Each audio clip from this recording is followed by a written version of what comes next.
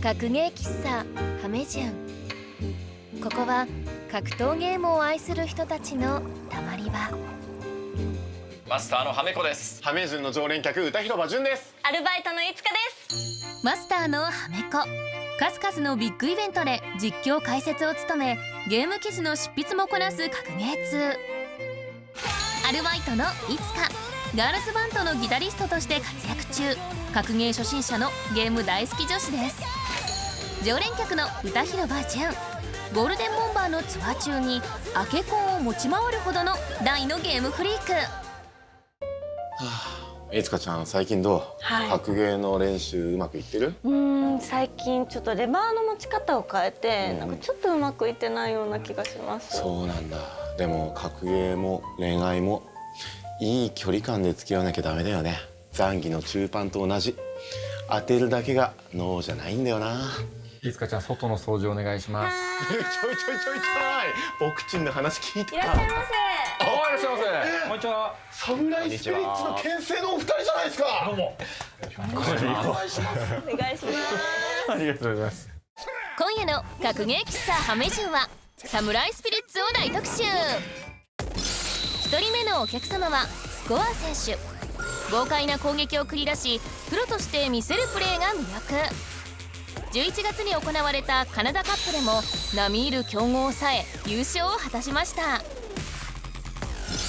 2人目は小市選手。格ゲー歴20年以上の大ベテラン。ゲームのウェブメディアゴジラインで記事を執筆する傍ら、プレイヤーとしても第一線で活躍中。そんなトッププレイヤーお二人に早速気になるお話を聞いていきましょう。スコアさんはサムライスピリッツよりも KOF でもすごい有名なプレイヤーだったんじゃないですか。KOF でもなかなか頑張らせてもらってましたね。今回サムライスピリッツという新しいゲームタイトル、なんでやろうと思ったんですか、お二人は。SNK が好きなので、SNK のゲームっていうことでスタートさせてもらってたんですけど、今はメインでやってるゲームの一つになりましたね。もう自分の場合は子供の頃からやっぱり携わってきたタイトルですし、11年ぶりの新作なんですよ今回。11年ぶり11年間サムライスピリッツをやらなかったらもうね、やるしかないだろうっていう風になるのがやっぱ格闘ゲーマーが普通なので、その来年のヨージャパン2020にサムライスピリッツがメイン種目として選ばれました。やりましたね。どうです、その意気込みといいますか、その気持ちというか。そうですね、もうエントリーは済ましてまして、エボの時にちょっと不甲斐ない結果に終わったので、今回は優勝できるなら死んでもいいという気持ちで。ダメ、相当な。そこまで侍すぎなくていい。私サムライスピリッツっていうのがすごい初めて見るゲームなんですけども、サムライスピリッツのそのゲームとしての魅力っていうのは。魅力はもう、侍同士が戦ってるので、その見た目だけでも伝わってくる緊張感、かっこいいし、刀同士でぶつかり合う緊張感もゲームの中にうまく落とし込まれてますし、最近によくあるゲームのコンボとかもほとんどないのが特徴で、そうなんですね。誰でも触れる格闘ゲームとしては多分サムライスピリッツが一番間口は広いんじゃないかなっていうのが、そうですね、見てる人が分かりやすいっていうのも大きいと思いますね。目で見えて分かるほどこれやべえなってぐらい減るんだよ。そうなんですか。だって剣で切られるんだよ。どんなことをしようとしても必ずものすごいリスクが生まれるんですよ、サムライスピリッツって。自分からなんか攻撃を仕掛けようとした時に自分の体力が半分減るかもしれないと思ってボタンを押さないといけないっていうのが覚悟。そういうゲームだから見てて爽快感もあるし緊張感もある。そうなんですすごいっね。すね。で大会に参加してる人たちなんかは動かないんですよ、2人とも。何もやんない時間が多いんですけど、2人の間ではいろいろやってるんですよ。なんか読み合いゲーム外で読み合って終わった時の疲れ方すごいよね。他のゲームでは味わえないですね。みたいな。そうなんだ。続いてお二人の練習時間について。どれくらい練習されるんですか、普段の日。プロどれくらいですか？プロプロは起きて寝るまで。でも10時間以上働きながらでしょ。休みの日はですね。で働いてる時は帰ったら寝るまでの間できればゲームしながら何か食べたりみたいなのは起きてる時ずっとやってるんだ。自分の場合そんなにプレイって時間自体は割かなくて、もともと仕事をしながらゲームライターをしてゲームをするっていう生活なので多分1時間ぐらいしかやってないよ。その分会社で考えてます。プレイしない時間が多いからその分で戦術考えたり攻略効果法とか考えたりっていうのはしょっちゅうしてますね。そうなんだ。すごい。ちなみにゲームをやってて辛かったこととかありますか？まあその親の目とか僕、まあ、結婚してるんですけど、はいはい、妻の奥様がの両親の方がやっぱりちょっと厳しい目だったんですけど、でもやっぱりプロになって、はい、まあ、それなりの待遇でってなってきたらすごい見てくれる目が変わって応援してくれるようになったんで、あ、プロってすごいなって今感じてますね。最近だとそのカナダの大会も優勝されましたよね。ああ、そうですね。そういうところってその奥さんのそのご両親だったりとかってその見てくれたりするものなんですか？そうですね。割と深夜の3時とかだったとしても生で見てくれたんで、あったかいですね。これに命かけてるんやっていうのを理解してもらえた感じがします。e スポーツのかなりいい波に乗ってる話だな。なんかこんな楽しい話してたらサムライスピリッツやりたくなってきてない？やりたくなってきました。俺もやりたい。どうか僕たちにサムスピ教えてもらってもいいですか？お願いします。何の読み合い？ということでスコア選手と小市選手にサムスピの楽しさを教えてもらいましょう。では早速お二人にサムライスピリッツをプレイする上でなんか楽しみ方とかをちょっと教えていただきたいなと思うんですけれども、まずはキャラクター選びからスタート。いつかの選んだキャラは？私はもう決まってほらどっちどれ誰？これです。タムタム。そして歌広場は首切りバサラを選択しトレーニングモードへ。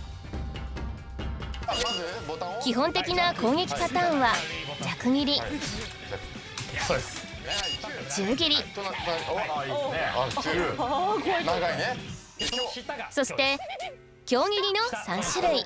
それです。それをこれ技一発当てただけだよ。俺こんだけ変だよ。そうです。じゃあこれ4回当てれば終わりです。ほらこんだけ変だよ。一撃で大きなダメージを負うのもサムスピの特徴の一つ。あ、怒ってますよ。でも私は今怒りました。なるほど。怒った時は攻撃力が上がります。このゲームストリートファイターと違くて、ダメージを受けると溜まってくゲージなんですよ。そうなんだ。で怒ると攻撃力が 1. 点何倍かになる。はい。で怒りは時間で静まっちゃった。静まります。じゃあそろそろコアさんにこのサムライスピリッツ何か役立つテクニックを一つ聞いてもいいでしょうか？そうですね。まずスタートする上で一番重要なのがおそらくシンプルな台切りを当てる。これ丸です。こっちだこっちだ。それです。これさっきも見た通りダメージがすごいので、強切りを相手にうまく当てるのが勝利への近道。さらにタムタムはジャンプしてからの強切りがすごい強いです。そうですね。あ、さっきやった。それです。すごいリーチがある。リーチ。てか画面の見えキャラクターごとの強みを理解し活かせるかどうかもポイント。そのキャラを使うならジャンプしてぶった切る。そう、それを当てる。でもちょっと逃げたな。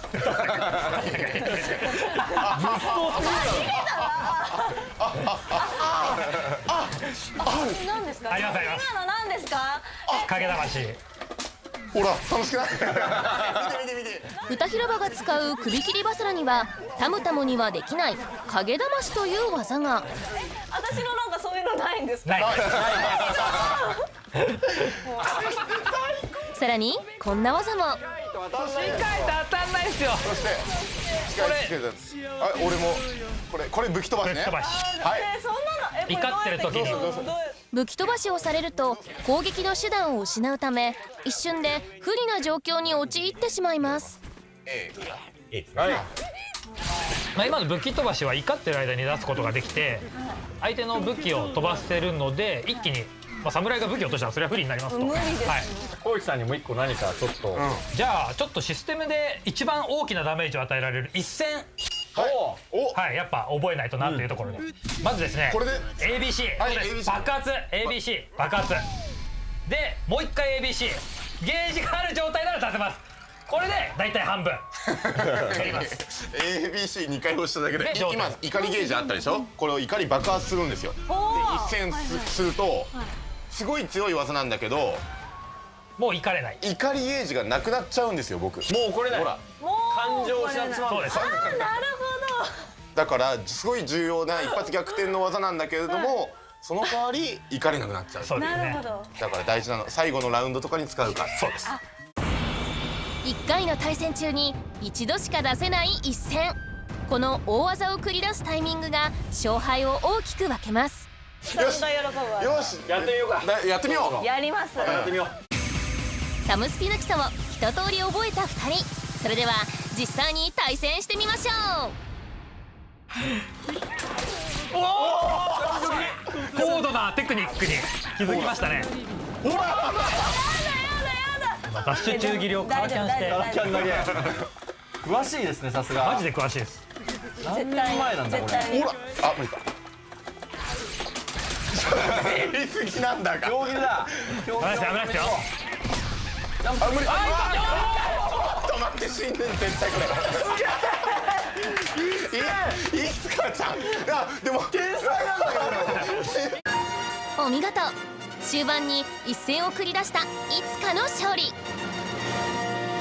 いや面白かったです。面白かった。お二人どうでしたか今の見て。いやもうまさに一戦で1ラウンドは絶対に危ない状況が来るんですよ。なんで緊張感が多分歌広さんも相当緊張したと思いますし。怖かった。私も楽しかったです。初めてやったけど。楽し楽しそうだった。かったです。一つの技にかけるっていうのがめっちゃ良いですね。ありましたね。いや楽しかったです。ありがとうございました。ありがとうございました。ってなってくると、はい。二人の戦いが見たくなっちゃうのが世の常だよね。スコアさん、小市さん、はい。ここでガチンコバトル繰り広げてもらってもいいですか？せっかくなんで。はいやりますか。お願いします。続いてはエキシビションマッチ。小市選手とスコア選手の超豪華マッチです。ここからはエキシビションマッチ、はいお客様同士のバトルを見ていきたいなと、楽しみ。はい、思います。それではまず意気込みを聞いていきたいと思います。小市さんからお願いし大ます。きい大会で実は1回戦で当たっててそこでは勝てたんですよ。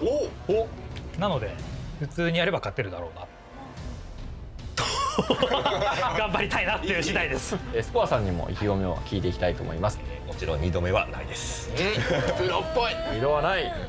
はい、それでは始めてください。はいお願いします。お願いします。エキシビションマッチ小市 VS スコアサムライスピリッツ1試合選手のバトルです。試合選手だからもう何が起こるか。先ほど始まります。ごめんなさい。左側が、吉虎徳川家のキャラクターですね。これを使うのが小市。そして右の赤い覇王丸主人公キャラクター、これを使うのがスコア。ジャンプ競技から始まっていく。バックジャンプ中技で返していくのはスコアだが、空中戦ジャンプ。このゲーム非常にその相手のガードこそ防御力って投げ技が強力なんですよ。でそこに対してリスクを忘れるにはこのようにジャンプするのが重要。読み勝っていくのが小市。体力差イーブンまで持ち込みました。とはいえそのガードを崩すんだったらやっぱりこの防御力が必要なので、どこかでその読み合い駆け引きをやっていかなくちゃいけない。これは体育しっかり小月弾で落としていくスコア。お互い怒りゲージ溜まりそうですね。勝ったのはまず小市。怒ると武器飛ばし攻撃っていう技が使えるようになって、特にその防御力をした後のリターンが増えますが、どうだ来た。やばいやばいやばい。突撃から武器飛ばし攻撃、このダメージかつ素手で殴り勝っていくスコア。ボクサーじゃん。武器飛ばしをされてピンチになったスコア選手でしたが、間一髪のタイミングで繰り出したパンチがヒット。見事勝利をつかみ取りました。続いて第2ラウンド。まずラウンドを取ったのはスコア覇王丸。しかもまだ怒り状態継続しています。これは超有利。あ、やばい。中段越えたらうまいぞ。入れ替えながら小月山の回復、そうですね、疾風小月山で落としていく。そしてお互いに怒り状態が切れました。続かの攻め。吉沢はこのねジャンプ強切りがマジで強いんですよ。めっちゃ当たるんです。4回当たってる。ブシブシ当たって、これ早めに出しても攻撃できるんで、これ狙っていくというのが、連続技の少ないゲームで連続技がおっと投げ子の空振りを捉えていくのは小市。さらに空中からの攻めを展開していきます。体力差あるが怒り状態になったのは、おっとうまい、これは投げ防御層の空振りに競技を入れた。しゃがみ中切りの対空ジャンプしているが、お互いにジャンプし合っている。おっと入れ方どうなる、上からおお対空ダッシュ競技見事。さらにジャンプ競技を重ねていく。ここで一進一退の攻防が続いた第2ラウンド。一瞬の隙を見逃さなかった小市選手が勝利。これで1対1のイーブンに。もしが上がられたらいよいよ第3ラウンド、勝者はどちらに？取り返したのは小市。しかし怒り状態なのはスコア。この最後のおっと入れ替わっている。背後からコンボを決めていく小市。空中戦上からの攻め、小市が攻める。入れ替えって小市さんガーさん非容疑のコマンドミスです。しかし生き残っている。この最後うまいぞ。対空上方向に強いなでしこを決めていきますが、こうなってくるとそろそろ怒り爆発という一戦ですよね。その駆け引きも最後のラウンドなのでありえる。中断スコアを追い詰めていくのは小市。一発食らったらもう終わっちゃう可能性あるからさ、もうだって危ないから爆発の仕方がちょっと見どころだな。空中戦残っておっとうまい、入れ替えた疾風攻撃弾対空ガード状態から上からおおめくっている。ここは怒り爆発。さあここから一戦のプレッシャーをかけながらスコアが攻め込んでいく。次さあこれでもしや圏内ではこれ当たったら終わ爆発するしかないんです。り。させましたね今。お互いに怒り爆発。今の一戦吹き飛ばし生きてる。さあさっきと武器がない。武器拾武器がないんだ。拾った掴んだ。勝者スコア。激しい読み合いを制したのはスコア選手。最後まで勝敗のわからない大接戦になりました。もう一回やりてえ。それではその戦いを終えた感想を伺っていきたいと思います。まずはスコアさんに聞いていきましょう。どうでしたかこの試合。そうですね、小市さん大会の時特に強くなるんで、ノジアの時もうちょっと楽にさせてもらってたんですけど、結構全てに全てなんか細かいところめっちゃ集中してたんでうまいなっていう小市さんいかいやがでしたか。展開良かったんですけどね。勝ったスコアさんがなんかもう性格よく分かんないんですよね。スコアさんの結構人間性が出るんであそこって。はいはい、あの場面。そうなんですよね。まあなんかねあんまりいい性格ではないなってこんなににこやかなのにめちゃくちゃ言ってるけど。いい人そうなのに伝わってくる負け方でしたね。はい、はい、ありがとうございました。ありがとうございました。ありがとうございました。いやー12月は鉄拳のワールドツアーファイナルにストリートファイター5はカプコンカップ、いろいろと楽しみすぎるんだよねマスター。しかも1月にはエボージャパン2020が開催されます。来年1月に開催が決まったエボジャパン2020。95年から毎年アメリカで開催されている世界最大級の格闘ゲーム大会エボの日本版。2018年から開催され今回が3回目となります。楽しみだよね。俺ね過去2回どっちとも行ってるんだよね。いや私実は前回の福岡大会にちょっとお邪魔させていただいてたんです、行ってたんだ。はいなんかねそこで初めてアケコンを触って、なんか練り歩いての試合をしてました、俺もストリートファイター5の大会に出たんだけど、2回戦で負けちゃって、でね負けたのは悔しかったけどお祭りみたいで楽しかった。ああそうですよね。やっぱねいろんな人が参加してるっていうのが楽しいポイントだったね。すごくメーカーのブースがたくさん会場に出るんで、対戦したり大会に出るだけじゃなくて行くだけですごい楽しそうな楽しみが。ハメ戦を見た人にさ「いつかちゃんですか戦ってもらえませんか?」とか言われるかもよ。すぐ負けちゃうその時にこうぐるぐる回すんだよぐるぐる。楽しみだ。福岡での前回大会では選手観客を合わせ3日間で1万3000人が来場。今や世界中の格ゲーファンから注目を集める一大イベントへと成長。そして今回のメイントーナメントタイトルに選ばれた6タイトルがこちら。鉄拳7、ブレイブルークロスタッグバトル、ソウルキャリバー6、サムライスピリッツ、大乱闘スマッシュブラザーズスペシャル、ストリートファイター5アーケードエディション、国内最大級の格ゲーの祭典エボジャパン2020、格ゲーファンにとって絶対見逃せない3日間となりそうです。今年ね、すごく大きなことがあって、というのも鉄拳パキスタンのアルスラン選手がこの日本来てエボジャパンで優勝したんですね。話題になりましたよね。そもそも日本ってすごい海外から入りやすい国なんですよ。普段見ないような国旗のところから強い選手が現れてってことがエボジャパンだったらあり得るんじゃないかな。そうか、シオラレオネ共和国の国旗あるかな。ファミリーマートにそっくりなの。そうなんですか。なんかあるんだよ。いや、夢があるね。もう一つはメイン種目にスマッシュブラザーズが選ばれました。スマブラ。今ではその世界で一番売れた格闘ゲームの記録を塗り替えたと言われているそのゲームが種目に入ったことで、今まで以上に人が集まるそうですよね。んじゃないかと思ってて。これマスター、スマブラの解説できるようにならなきゃいけないんじゃないですか。本当だ。確かに。そう、勉強しなきゃですよ、これ。その勉強することでやっぱりレベルの高い試合をたくさん見ることができた時にもっと楽しくなるんで。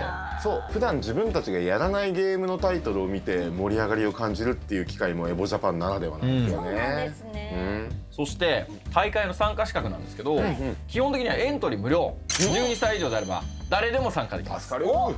ということはそれって私も出ようと思えばもちろん出れる。出れる。出よ今年はストリートファイター5バッチリあるし、俺も出ちゃおっかな。う。淳君だったら昇龍が出ればワンチャンある。俺練習する。私もせっかくなら出てみたいです。絶対出た方がいいよ。出ます。そう、マスターと俺でちょっとレッスンしましょう。練習していきましょう。言いましょう。大会の結果ももちろんなんですけど、2人がどういう戦いを見せてくれるかすごい楽しみにしてます。頑張ろうぜ。頑張ります。おー。 1月24日から幕張メッセにて開催、格闘ゲームの祭典エボジャパン2020、皆さんもぜひ参加してみてはいかがでしょうか。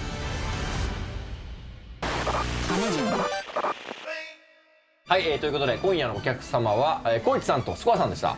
今日のですね感想を伺っていきたいんですけども。そうですね、サムライスピリッツ、本当に誰でも触れる間口の広さとやり込んだ時の緊張感っていうのは他のゲームにもない面白さを持っているゲームなので、ぜひ今からでもね、遅くないので始めてください。お願いします。それじゃあスコアさんにも伺っていきたいと思います。サムライスピリッツ、大会っていうのもかなり多いんで、動画とかで、緊張感を見ながら味わえると思うので、視聴してもらえるといいかなと思います。はい、よろしくお願いします。はい、ということで本日のお客様は小市さんとスコアさんでした。